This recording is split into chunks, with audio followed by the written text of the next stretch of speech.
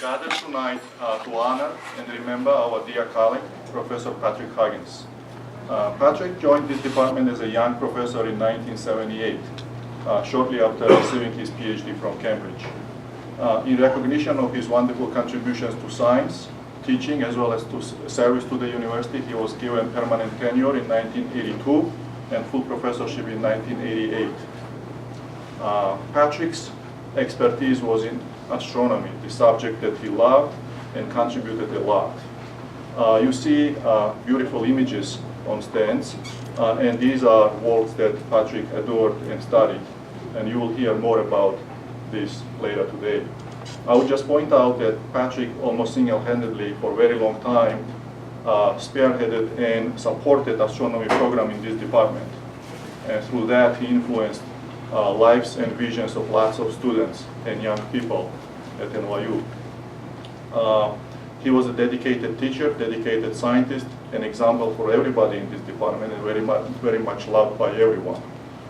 For some of us who started at NYU in the beginning of 2000s, Patrick was a grandmaster of collegiality and professionalism. I had a very little overlap in terms of science with Patrick.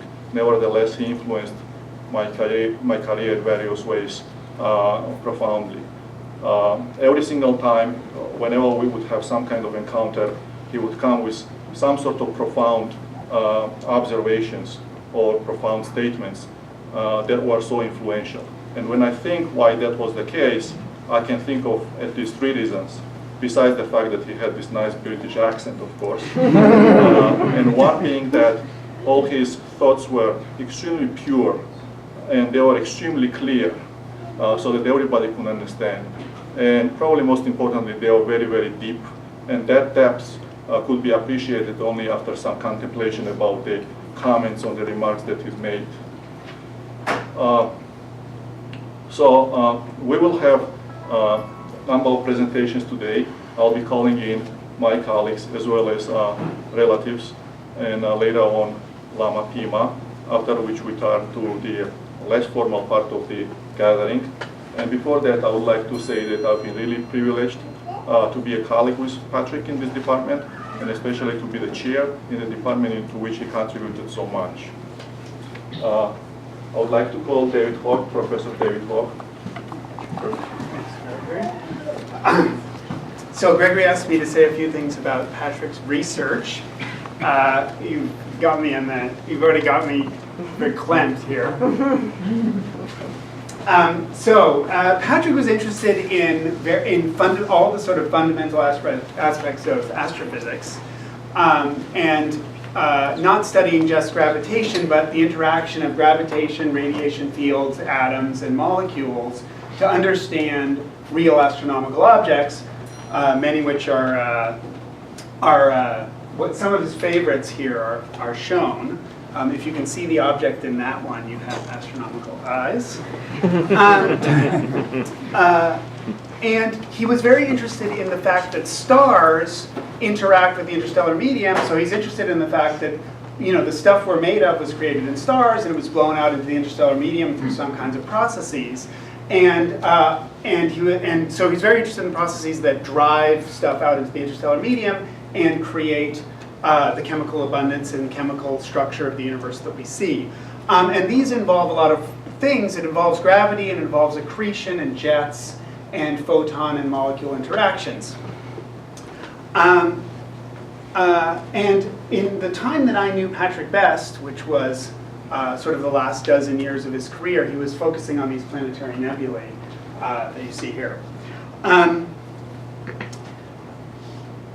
Let's see, what was I going to say?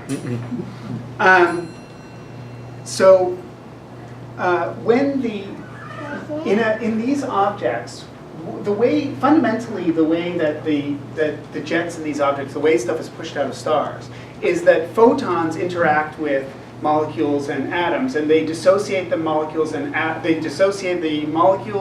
ionize the atoms, and they give momentum kicks to those things. And those processes are extremely complex because, in fact, well, what I should say is the fundamental processes that are involved are actually very simple. We understand how photons and molecules interact with photons. What we don't understand is the global processes, how it all fits together. And in particular, we don't understand the mechanisms behind these objects, how they drive their outflows. And there's some ideas, and a lot of what Patrick did was try to resolve different competing theories. And in that, he was actually both a theorist and an observer, very much.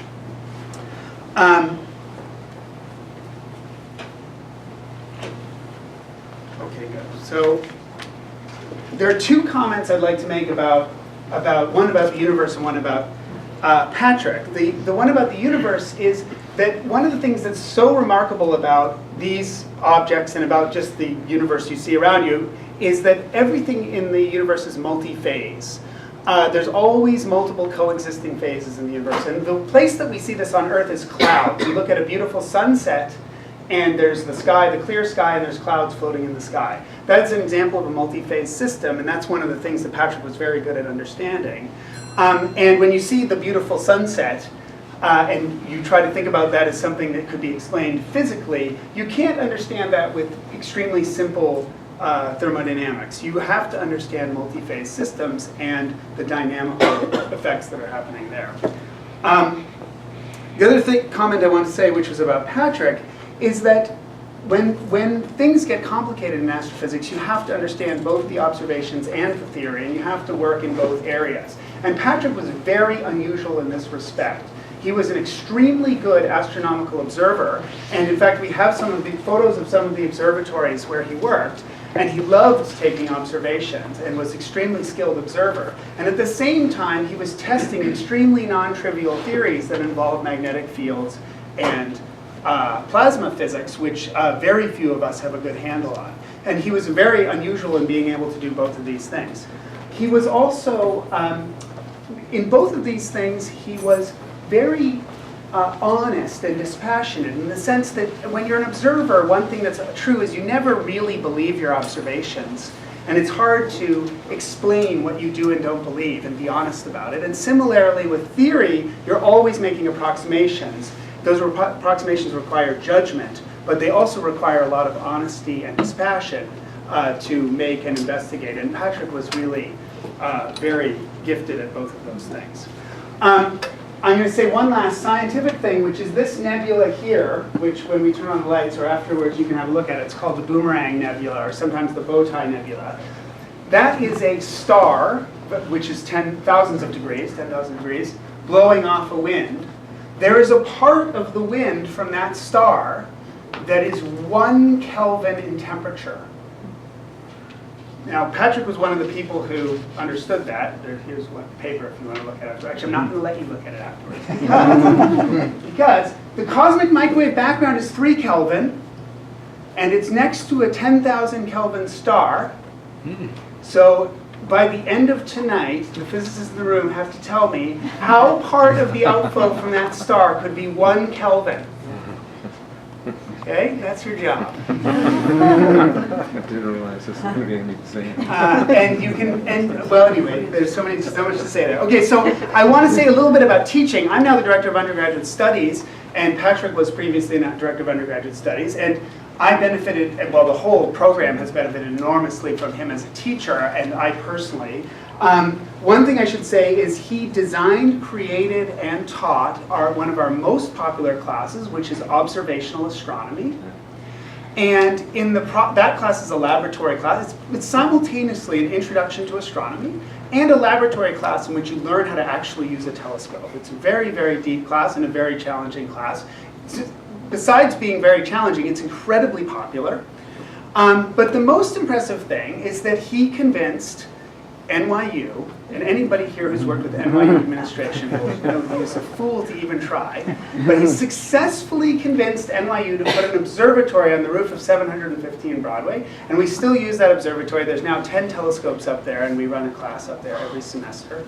And it's been hugely important in our undergraduate program and really changed what's possible for undergraduates. There's no other class at NYU like that class.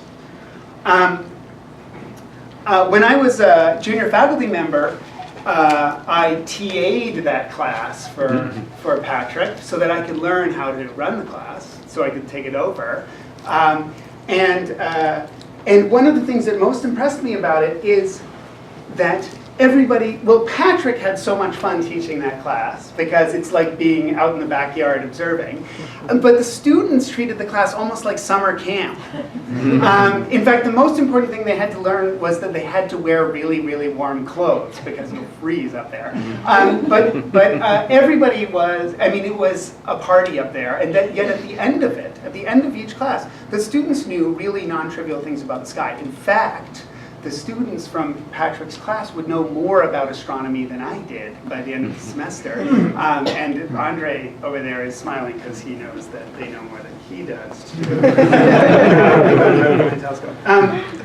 So the final thing I wanted to say was on a personal note. When I arrived at NYU, like any new faculty member, I was just mystified by how this whole thing works. Like, why are all these people angry about various things in faculty meetings? How should I advise graduate students and select graduate students? How much time should I spend on these committee assignments?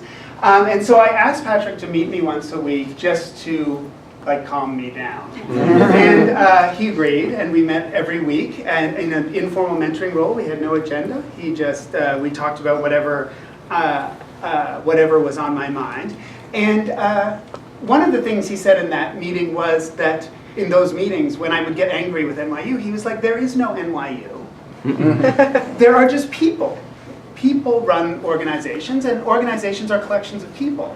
And he really was a believer in that, and he was very good at understanding the people and understanding where their points of view. Even when we disagreed with them, he was very good at understanding them. And in that way, Patrick was not just wise, but also kind to everybody. And I think there's a strong connection between kindness and wisdom that I saw there. Patrick taught me many things.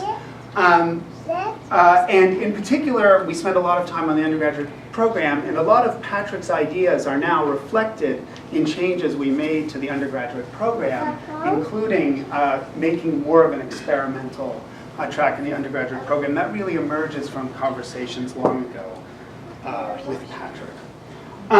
One thing that I loved about Patrick, he was not a procrastinator. He did not leave things to the last minute.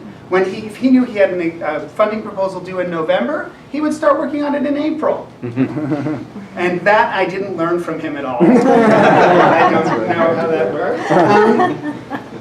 And finally, and most importantly, Patrick really cared about my success when I was starting out and always was encouraging and sympathetic, and it really was an honor to be his friend. Thank you, Dave.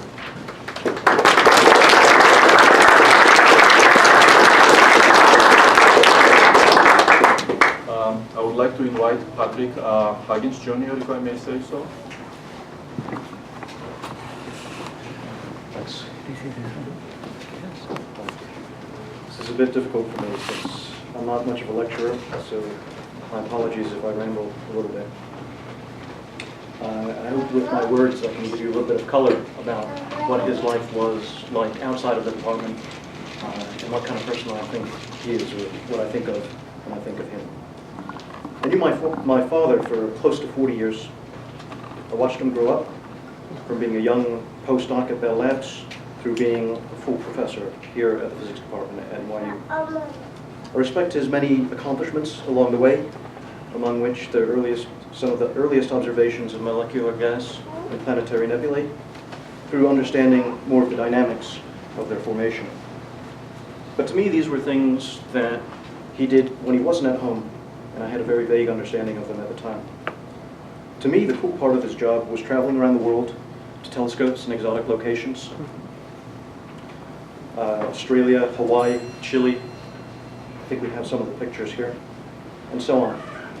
Experiencing zero gravity in airborne observatories, and killing rattlesnakes with liquid nitrogen.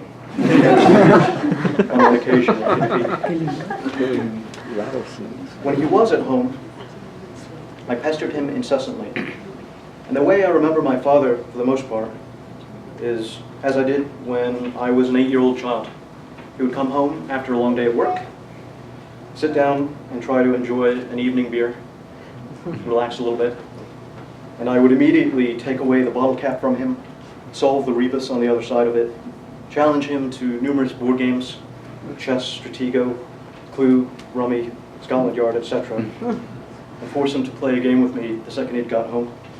If I lost, we had to have a rematch. Only after he'd been defeated would I go to sleep and leave them in peace. To me, that's amazing now, and it's something that I never really appreciated until I became a parent myself recently, that he had a lot of patience with me. So, to me, that's his way of being loving, I guess. So I really appreciate that about him now, and a lot of other things that I didn't realize at the time. I wanted to share just a couple of points about his character that I think really define him. One is his curiosity. I think he was infinitely curious about a great many things, including astronomy, but not limited to astronomy. And another is what, for lack of a better word, I'll call his humility. But you'll see when I describe it, I really mean something a little bit different. In addition to pestering him with all my challenges of gamesmanship, my father also had to endure unending questions about the nature of the universe. Mm-hmm. Luckily for him, he was a physicist and an astronomer no less. So when I asked him why is the sky blue and related questions, he was well prepared with an answer.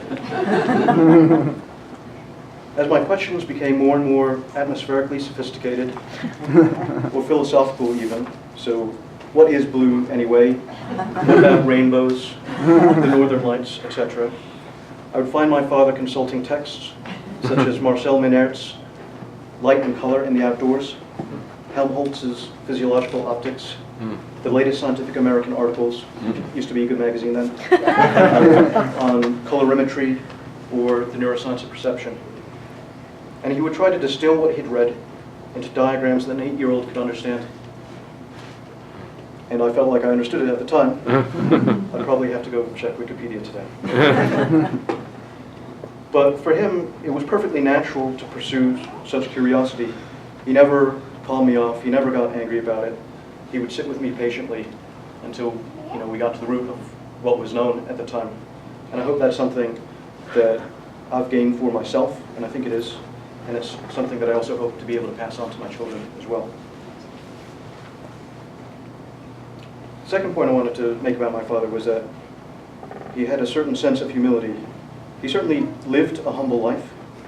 He seldom splurged on anything, with the occasional wine as an indulgence.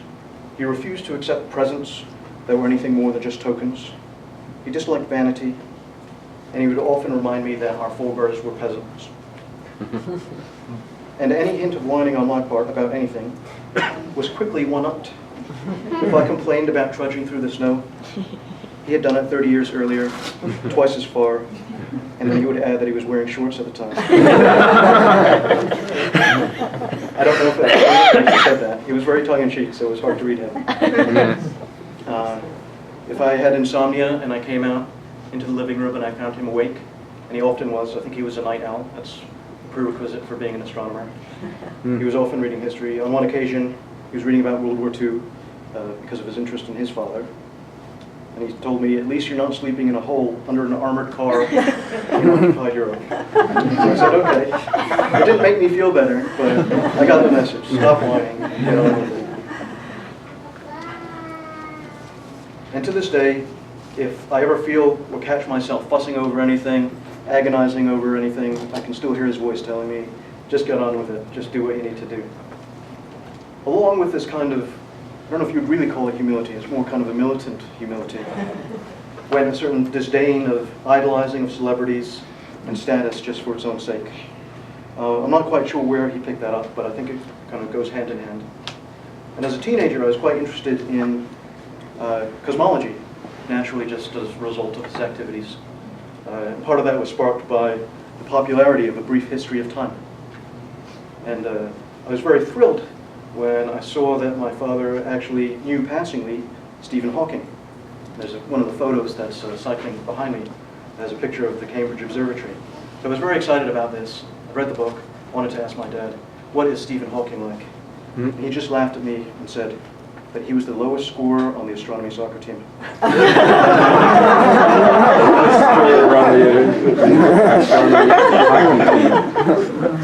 And he repeatedly said that throughout the years, but he never really gave me any more information. So, that's what I think of him when I think of his kind of core characteristics: curiosity and humility. I believe those two characteristics served him quite well in his last 2 years of life. Just over a year and a half ago, when he knew, or he had been diagnosed with terminal cancer, he obviously had to come to terms with it, and he did a lot of soul searching. But he also let his curiosity take advantage of him. And he very quickly became an expert in lymphoma, MDS, ITP, all of the latest research, to the point where he started to complain to me about the lack of scientific standards among the medical community. He found that at his age, where he was about to turn 65, his chances of life beyond 5 years changed from 10% to 25%. He wanted to know which bucket did he fall in. When he looked at scans of his tumors as they metastasized, they were just kind of black lumps on something that looks like an X-ray. He complained that he had much better imagery of NGC 7293, which you may know as the Helix Nebula, and he's photographed and imaged in numerous ways multiple times.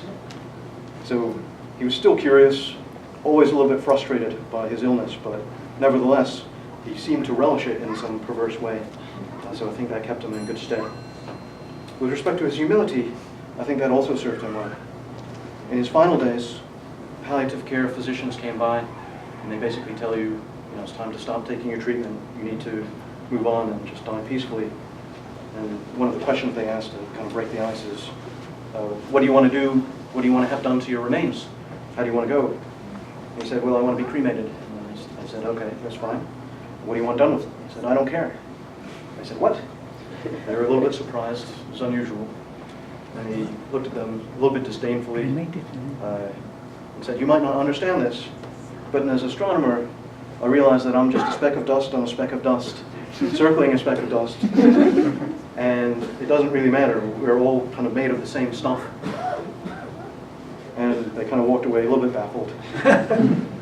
And I knew that he meant it.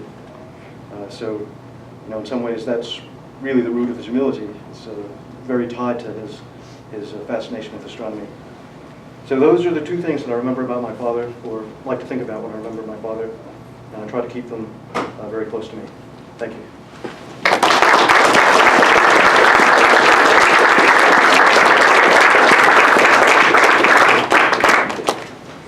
Michael is a family member. Please invite her.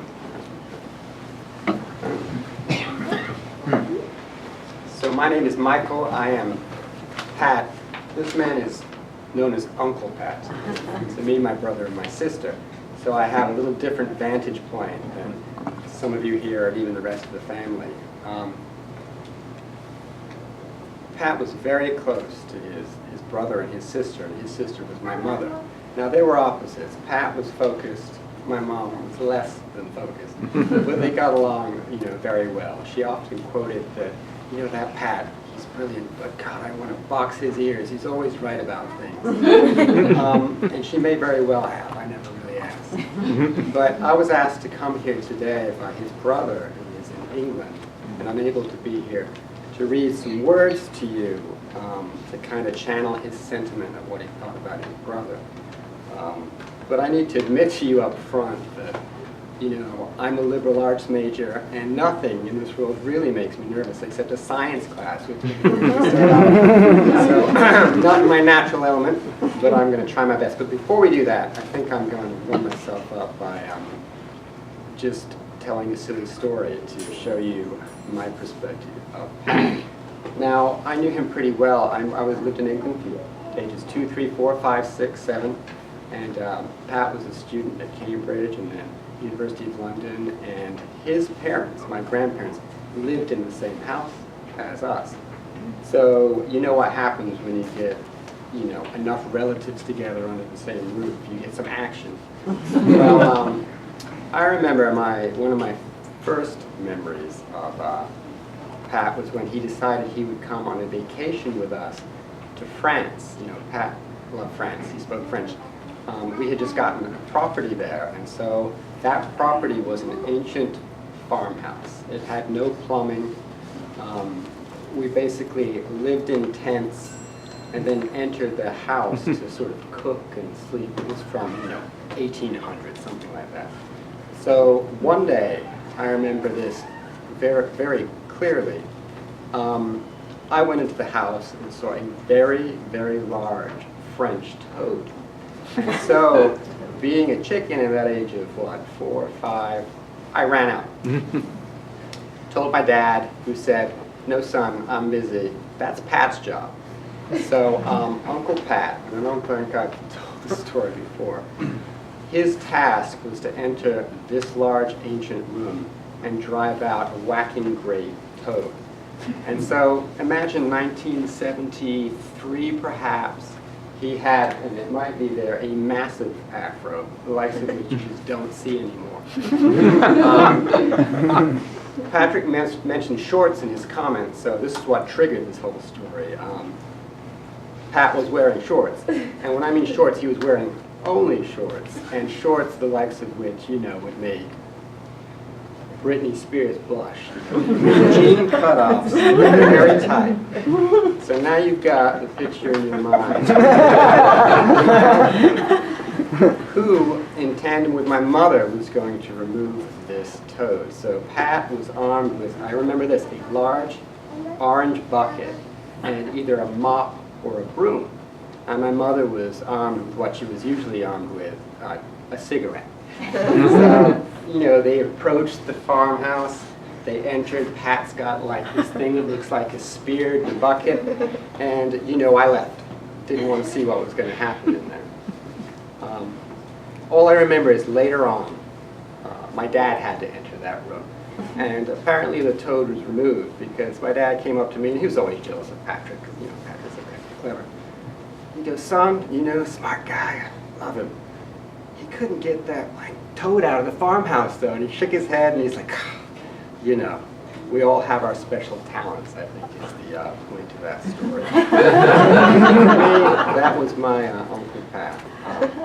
And he was fierce. One other little thing. I remember coming to visit him up here in Manhattan, and we had to enter McDonald's. This is probably 1980. And so imagine a long queue. We're hungry. We're waiting in line like everyone else. And this large, large man comes in there, kind of rough and tumble, goes right to the front of the line and starts ordering whatever he's going to order. So what happens in those situations? No one says anything. You pretend it just didn't happen. You kind of look the other way. Not Patrick Huggins. I remember he walks up to him and goes, in English accent, I can't really do, "Hey, mate. There's a queue here." And those of you who know him know how he had that intonation, and he had a voice that would scare anyone. So this is the point in any kind of story where someone basically gets their butt kicked, right? Well, this guy turns around, says something to Pat, hangs his head down, and leaves McDonald's. So Pat comes back, says, "Must stand up to bullies." Something like that. Everyone in the place is just like, so, that's my uncle. But my uncle's brother, as I said in England, really adored Patrick. So I'm going to try and get through this for you. He gave me an extensive text, so I might just skip to some choice parts. So here we go. Growing up with PJ, my younger sibling by 1.5 years, was a wonderful time in life. Me and my older sister Margaret, my mother, were astonished and amused at PJ's diversity of interests. One week it would be smelly and noisy chemistry experiments in the garden shed. The next week developing new magic tricks for his Christmas show, making a pinhole camera, or collecting and preserving butterflies. We joined forces a couple of times producing booklets on various aspects of nature. Him writing them and me drawing them. Michael's an artist. By the age of 12, he had decided he needed a telescope and set about building a 6-inch reflector. It took him 6 months to grind the lens. Up and running, he and his mom, my grandmother Tess, and Dad and Grandfather Harry, preparing hot cups of soup for sustenance during his starry late-night vigils. If the sky clouded over, he would take the opportunity to collect worms from the dewy lawn for an upcoming fishing trip. The telescope produced many fine photos of the lunar surface, good enough to be published in the local paper. A prodigious pupil at school, he was one of the very few students who actually enjoyed the disciplines of Latin and ancient Greek, grammar, and language. Beyond academia, one of his treasured appointments was captain of the second 11 soccer team. And as a leader and a defender, he made sure the opposition had a tough time avoiding his awesome tackles. So determined and forceful, they probably would not be allowed in the modern game. When it came to quizzes and competitions, everyone wanted PJ on their team. And with his super retentive memory and breadth of knowledge, there was only going to be one winner, PJ. After achieving remarkable results in end-of-school exams, it was no surprise that he was offered a scholarship to Cambridge University to study physics, giving him the chance to stroll the actual corridors and pathways of his 17th century astronomer hero, Sir Isaac Newton. A true polymath, PJ also found time to pursue other interests such as 18th and 19th century painting, the music of Brahms, Schubert, and the battle strategies of the Duke of Wellington, Victor at Waterloo. As a huge supporter and user of public libraries, he must have borrowed and read thousands of books over the years, from Roman history through all the classics to modern-day crime fiction. He was, of course, an expert on the capers of Victorian crime fighter Sherlock Holmes. Staunchly proud of his heritage, PJ was an authority on Irish literature and taught himself the rudiments of the Gaelic language to tackle some of the more obscure publications. His studies at Cambridge rewarded him with an MA and a PhD in astrophysics. Thus accredited, London University invited him for a postgraduate research project and tutoring post, and here at Queen Mary College, he was to meet his future wife, Debbie.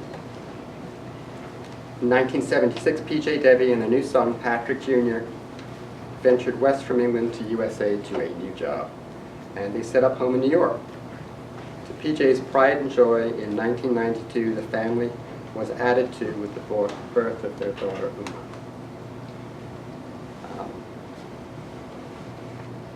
She now has affiliations with NYU as a student. Another surprise and delight for PJ in recent times was the arrival of not one, but 3 grandchildren, courtesy of Patrick and Loli over there. My brother and best friend PJ lived life with humility, integrity, and generosity of spirit.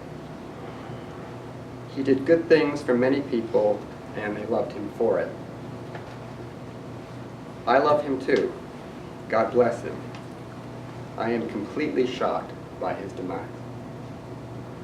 My deepest condolences go to Debbie, Patrick, and Uma. His loving brother, Michael.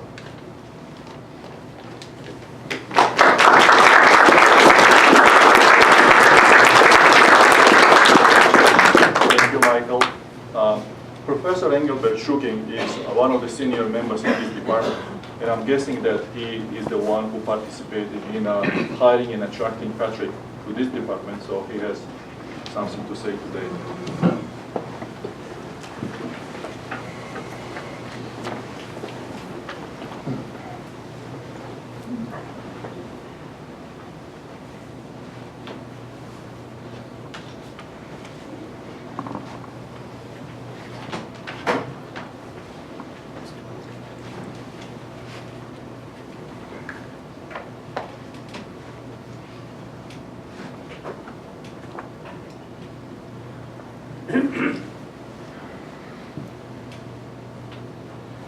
I want to repeat what has been said about Patrick,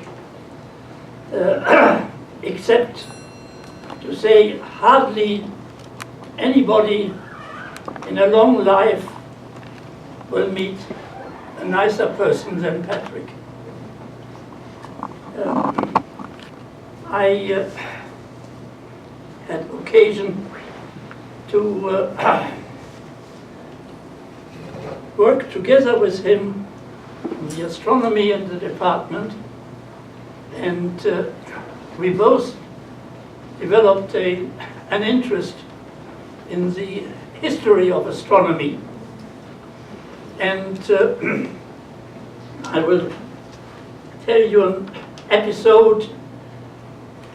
Once during the summer, we had a friend from Oklahoma who taught the an astronomy course in the summer.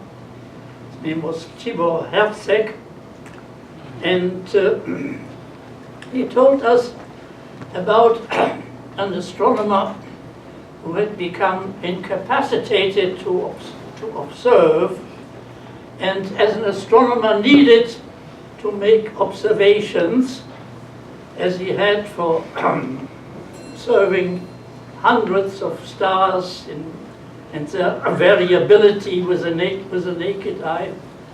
And it had come down that he 3 times a day observed the temperature of the tap water in his apartment. And we looked up an orbit of his, and there we found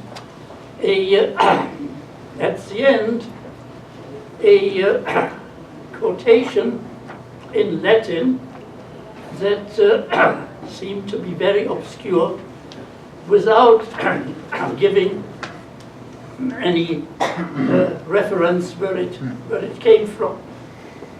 And it sounded like this: Os homini sublime dedit, celumque videri usit, et erectos ad sidera vultus, which means roughly, vision sublime he gave to men, ordered him to view the sky and raise his sight to the stars.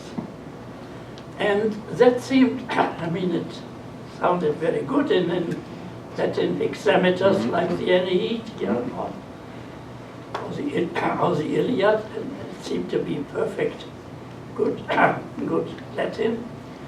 But who was the God who ordered people to observe and become astronomers? Certainly not a Christian God. And so we got intrigued by it, and we thought that people in the classics would probably know such a quotation. And so we tried here at MIU, I will not mention who, and at other places. And nobody, with a mumble, Lucretius or things like that, but we will know and we will find, but they didn't. So there is one great classicist whom we consulted, and his name is Google. And you type this Os homini sublime dedit into Google, and on pops the answer. And the answer is, it comes from the greatest opus of Ovid, the Metamorphoses. And who is the God? The God is Prometheus. Prometheus, well known in New York, here through the statue at Rockefeller Center. And Prometheus, according to Ovid, created man, engineered man. But not just man, also the animals. And he created man and the animals in such a way that the animals look down and man looks up, and Patrick said, which means that the non-astronomers are animals. So that solves this question. Now,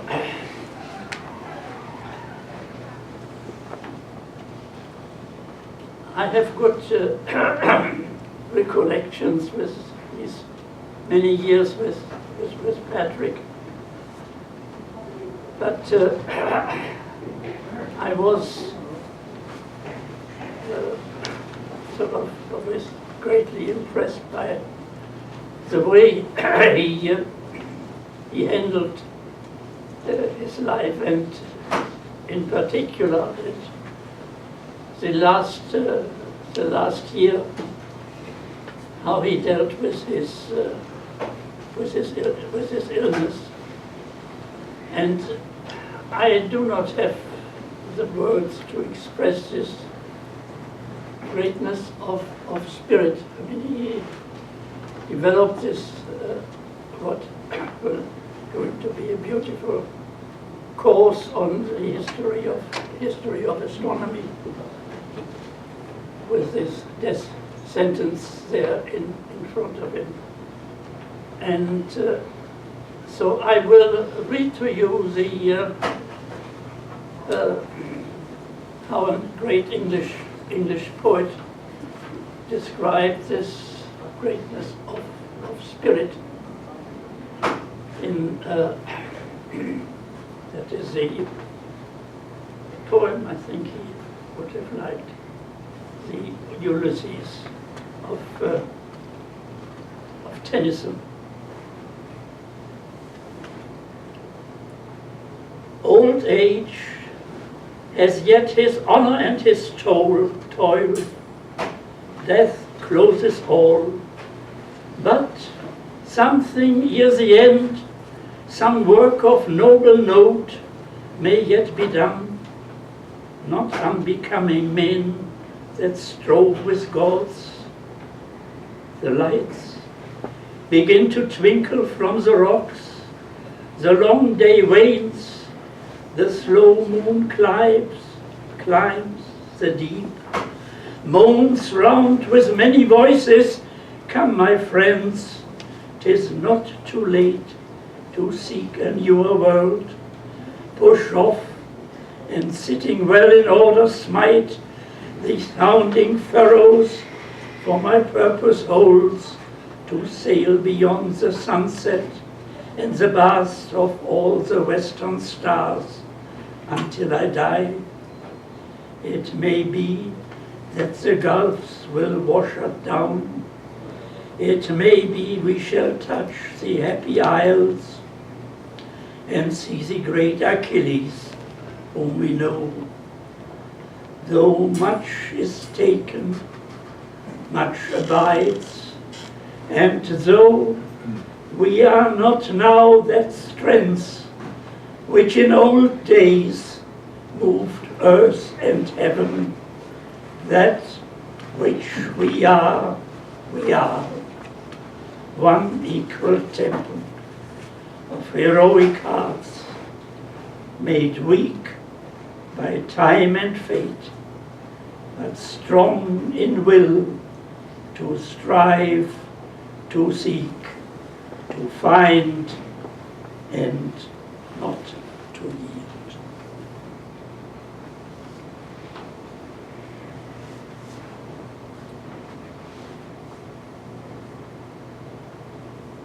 No man is an island, entire of itself.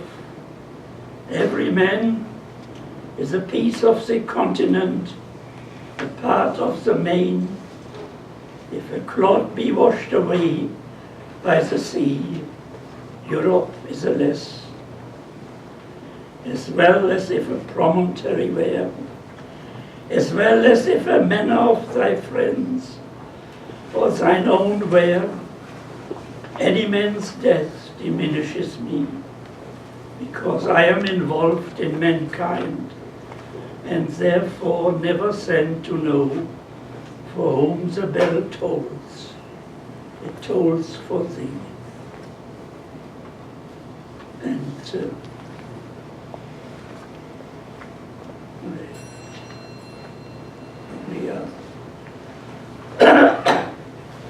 We are such stuff that dreams are made on, and our little life is rounded by a sleep.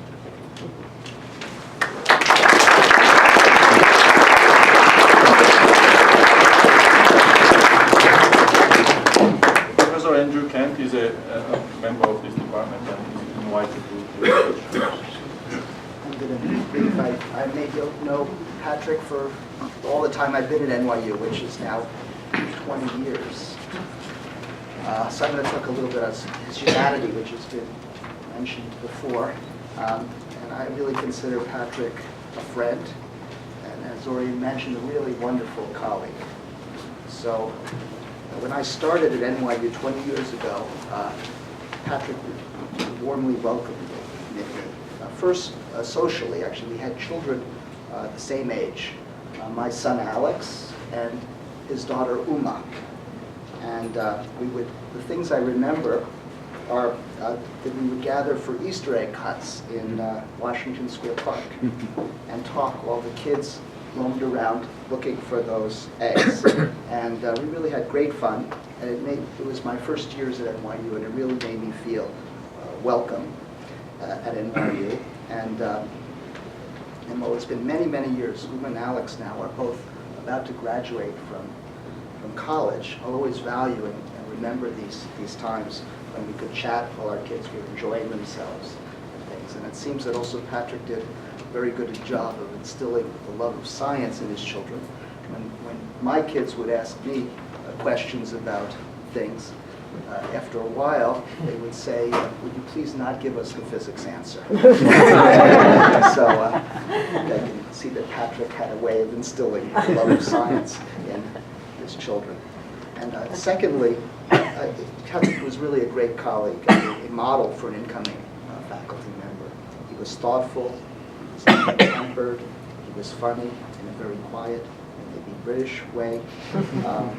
He was very dedicated to his research and teaching, but he also spent a great deal of time working to improve the department. And I remember him as director of graduate studies, director of undergraduate studies when I started being on faculty recruitment committees, serving on the graduate recruitment committee, and in many, many, many other ways, all without fuss and with great efficiency. And I would also cross paths with Patrick many times in the evening and on weekends in the department office. I think I always felt a great sense of camaraderie in our after-hours efforts in doing our work. And so I just want to say I'll really miss Patrick, his warmth, his humanity, and all while being a great colleague and astrophysicist.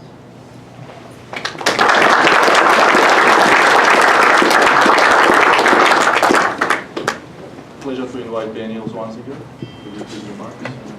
Oh, I will just be very brief and speak from here. I was a colleague of Patrick's for many, many, many years. It was always a pleasure to interact with him. Patrick Jr. mentioned his philosophy was stop complaining and get on with it. Well, Patrick really would always get on with it in a very professional way and with great insight. He was an astronomer, first of all, and at the time that I knew, I did not follow his research. He was a microwave astronomer primarily. I don't know if that was during the major course of his life, but and in that he was a very outstanding observer. It's a pleasure to have him as a colleague and to know him.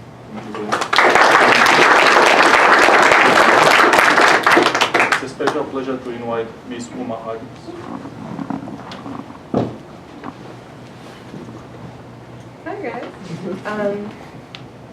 Yeah, I do go to NYU, and it's funny because I have class in this building every day, so I feel like when it stops on the 5th floor, I'm like wondering if I'll run into PJ or something, because I'd always do that. I think I once ran into him at the park, and it was late at night, and he was with a TA looking at the sky, and I was not at the library, so I tried to avoid him. I kept saying hi, and I didn't get in trouble.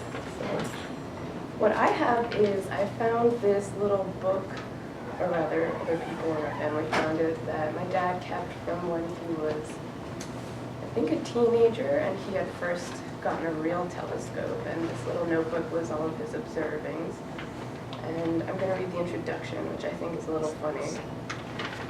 So you can imagine it with an English accent.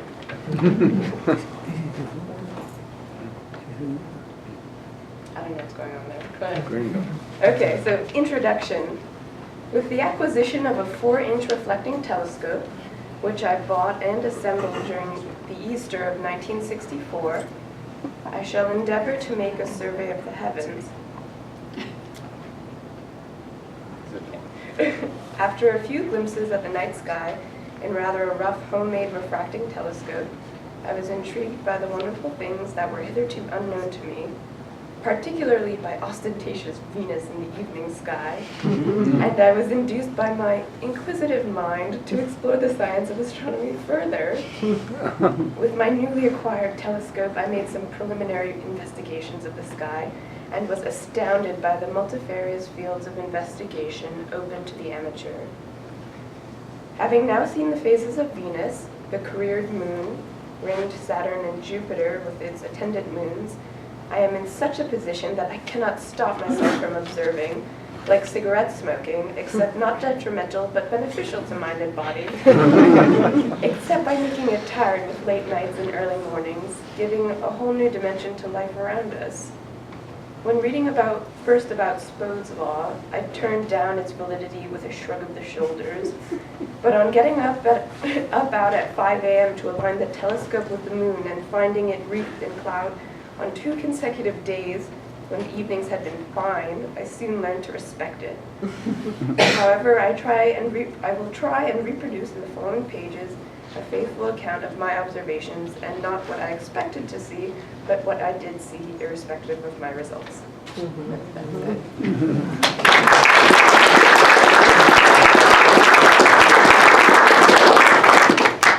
Lama Pima is invited for the ceremony.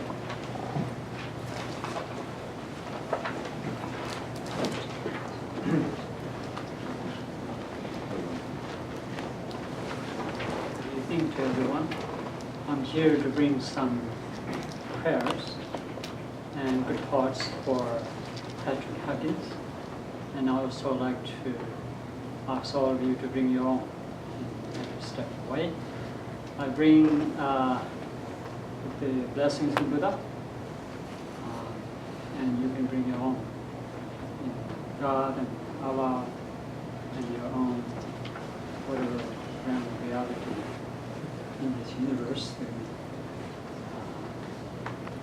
I'd also like to encourage the importance and the significance of prayer, something that especially scientists should be interested in.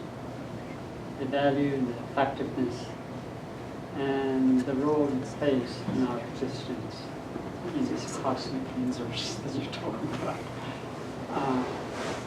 In Tibetan, the word for mind is called kun long.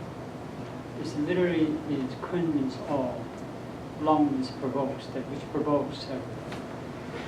So you as a scientist in the community of scientists and family and friends, and the ones, this institution that is based on in search of truth, search of knowledge.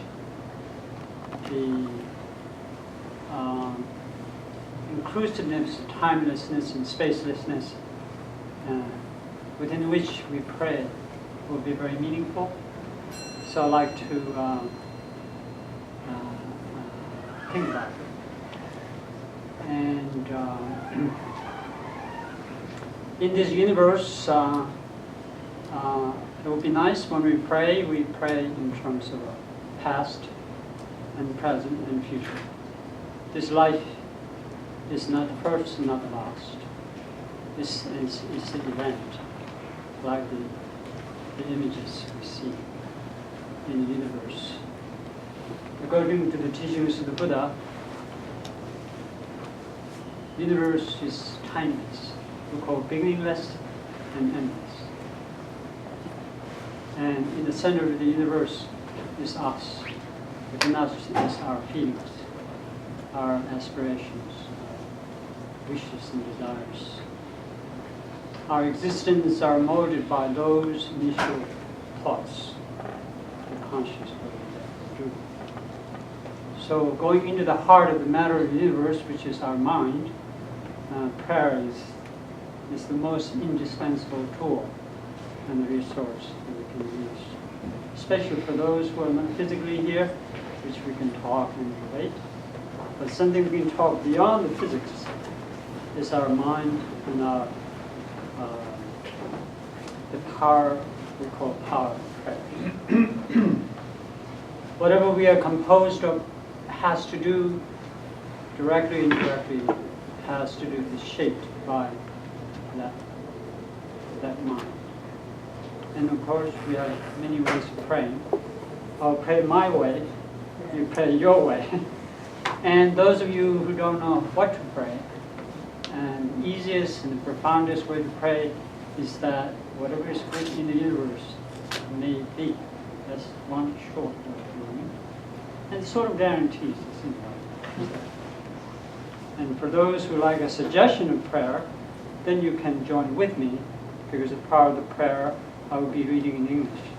And then you can sort of kind of go along with that. So I will sit facing to the Buddha, and you face wherever you're facing. Wherever you're facing, that is your object of focus. And we'll do that. So join with me.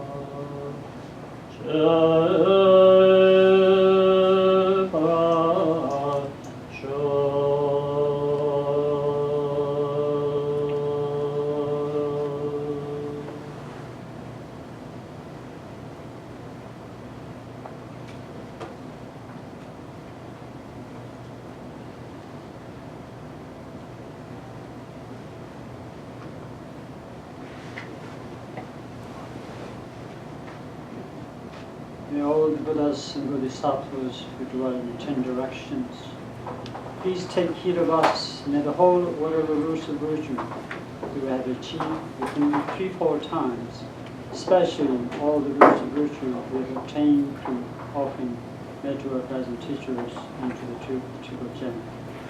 Through the offering of giving a gift to the poor and protectorless, and through preparing food offerings to spirit roast, and by similar dues, may all be amassed into one.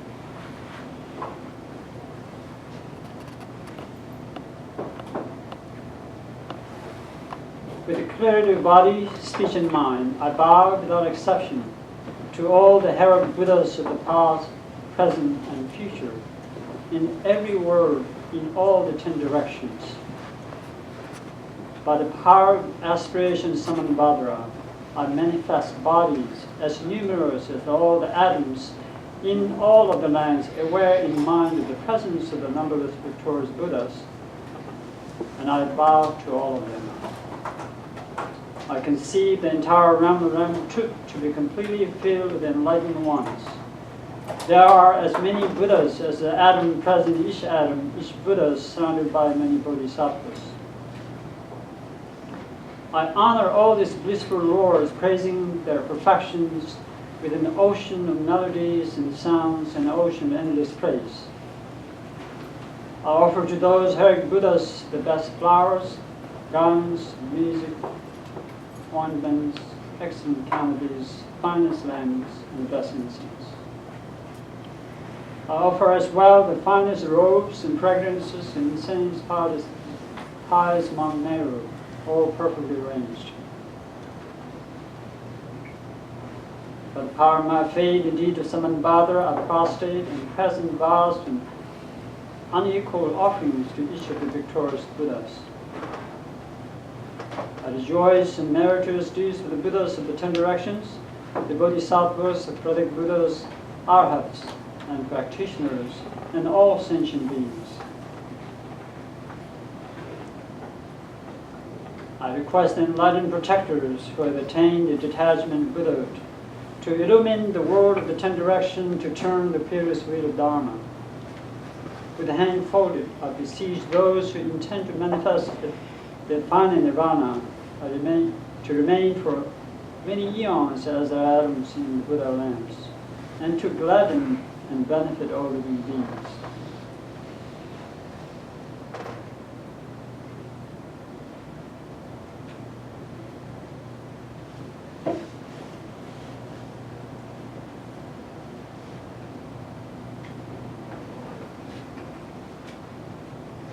These we share now with all the beings who live within the boundaries of the space, with the late Patrick Huggins promised among them, and all that might quickly attain the stage of omniscience and Buddhahood. Until then, whatever the deceased by the power of karma has been reborn or will be reborn, may he be followed by the power of merit. May every vicissitude of the six realms be elate for him. May he quickly attain the stage of omniscience in Buddhahood. Until then, may he be foremost among those of noble lineage. May he be foremost among those of goodly form. May he be foremost among those of vast wisdom. May he be foremost among those of strong courage. May he be foremost among those of great longevity. May he be foremost among those excellent health. May he be foremost among those of much health. May he be foremost among those of mighty vigor. May he be foremost among those of great merits. Further, may he give gifts without any hope of reward. May he uphold moral conduct without seeking rebirth in existence. May he meditate patience towards all beings without indifference. May he undertake to be diligent in quickly gathering all factors of virtue, and enter into meditative absorption, thoroughly eliminating the realm of formlessness. May he realize the meaning of transcendent wisdom, unbereft of the means of great compassion. May all his physical deeds be preceded by gnosis and followed by gnosis. May all his vocal deeds be preceded by gnosis and followed by gnosis. May all his mental deeds be preceded by gnosis and followed by gnosis. May he enter into the perception of gnosis unattached to and unhindered by the past. May he enter into the perception of gnosis unattached to and unhindered by the future. May he enter into the perception of gnosis unattached to and unhindered by the present.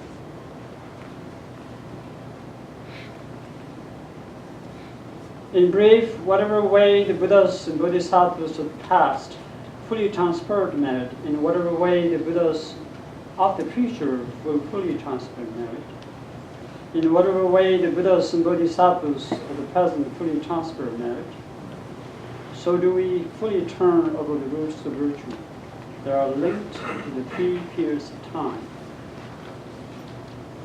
Even as Velin Manjushri and Samanbhadra know how to transfer merit, so too do we turn all of these virtues of ours that we might train to be like them.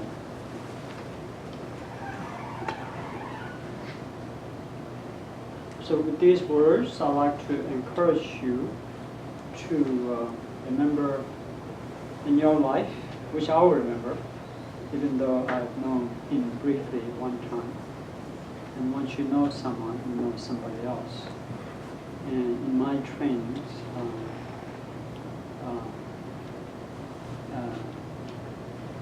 convenient, portable, powerful, effective, universal, religious, non-religious prayers contained in all of us. And I'd like to encourage that would be the best of the gifts for a continuing life delivered with Buddhist belief. And for the lives to continue just as we continue on this life. So thank you very much.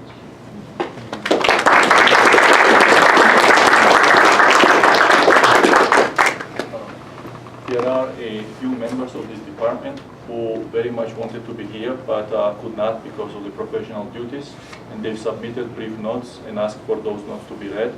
Our graduate student Patrick Cooper kindly agreed to do that.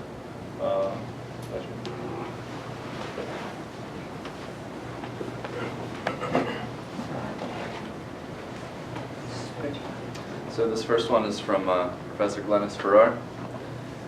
Dear Debbie, dear Uma, and Patrick Jr., and Patrick's friends and colleagues. I wish I could be there today to remember Patrick with you. It would be especially nice to hear your memories, because what I knew of Patrick was surely only the smallest glimpse of him. Although my memories are very vivid and I treasure them, they're not of specific incidents that are amusing or enlightened to recount. Instead, they swirl around just how nice it was to talk to him about anything. I've been trying to piece together why talking to Patrick was so special, and I keep coming back to his wry smile. Rationally, you'd think it would be his insight and wisdom, incredible judgment and wisdom, knowledge and wisdom, yes, wisdom again and again. That would explain it. But somehow I always return to his wry smile. That's of course a crude shorthand of what I mean, and all of you must know from your own experience how Patrick exuded kindness in a sort of self-deprecating way that simultaneously felt optimistic but realistic. What an amazing dad and husband he must have been. He was a simply wonderful colleague. It's a loss that seems so unfair. My biggest regret, Debbie, was not directly seeking you out when Patrick was sick. I worried that it could be intrusive and relied on occasionally reaching Patrick by email or luck to encounter him at NYU. He seemed so reserved in his own life, I regrettably didn't just find your phone number and call. Now that seems so inexplicably stupid. Please accept my condolences now for your loss, and know what an important person Patrick was in the life of the physics department and his friends and colleagues, very likely much more than you knew. With deep sympathy, Clemens. This next one is from Professor Alan Mincer. It was my great pleasure and honor to have Patrick as a colleague. Patrick was soft-spoken, self-effacing, and terrific at what he did. One would never guess from his modest manner how successful and prominent a scientist Patrick was. In fact, I only learned about this in the course of duties while I was chair. Patrick was a great person to ask physics questions because his responses were always deeply thought out and clear, and were often accompanied by a pleasant dose of wry humor. And his humor continued even when he was clearly going through very difficult times. On a personal note, we did not discuss families very much. but from the little we did, it was clear what great pride Patrick took in his. As I got to know Patrick and the department better, I learned that a department runs smoothly only when there are people like Patrick who are always willing to pitch in no matter how busy they are with their own work. One could always count on him. When I think of Patrick as I write this, I think of his smile, which I will miss and long remember. This last one here is from Al Glasgow. It has been my good fortune to have had many wonderful collaborators, but none better than Patrick Huggins. We wrote more than 20 journal articles on a variety of subjects, ranging from the interstellar medium, circumstellar envelopes around evolved stars, and quasars. Some of these were by the two of us, but most were done with a wonderful group of collaborators that included Joel Bregman, Ann Kinney, Bill Longer, and Gary Mammon. As a scientist, Patrick had excellent judgment as well as high standards. Working with him was a great pleasure, a privilege really, because he contributed so much to our joint projects. Beyond his science, Patrick Huggins was a person of great integrity, one of the finest I ever met. The news of his untimely passing was for me the saddest ever, and I know I will never have a better friend or collaborator. I attached a photo from the early 1980s where we were discussing our IUE data on quasars with Joel Bregman. In those days, spectra came in very long paper plots and magnetic tapes. I included this picture, which is also in the slide. It's very interesting. I've heard rumors of such analog data. That's all.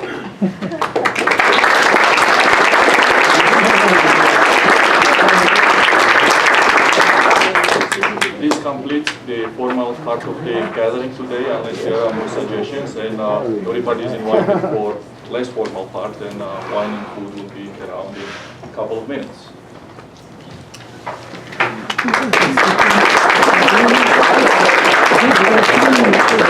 Yeah.